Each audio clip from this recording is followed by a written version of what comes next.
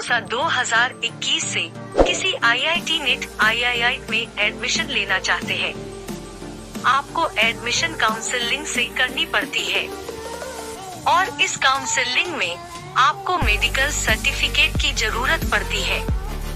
जोसा काउंसलिंग में आपको ये वाली फॉर्मेट में सर्टिफिकेट बनवानी पड़ती है। इसको आप किसी सरकारी हॉस्पिटल या डिस्पेंसरी से बनवा सकते हैं। आप वहां पर जाकर सारी चेकअप करा लें और इस सर्टिफिकेट में आपको रजिस्टर्ड सरकारी डॉक्टर या ऑफिसर से साइन मुहर लगवा लें। उनके registration number, hospital stamp, seal लगवा लें। फिर आपका मेडिकल सर्टिफिकेट रेडी हो जाएगा। बिल्कुल यही प्रोसेस आपको कॉलेज एडमिशन में करनी होगी।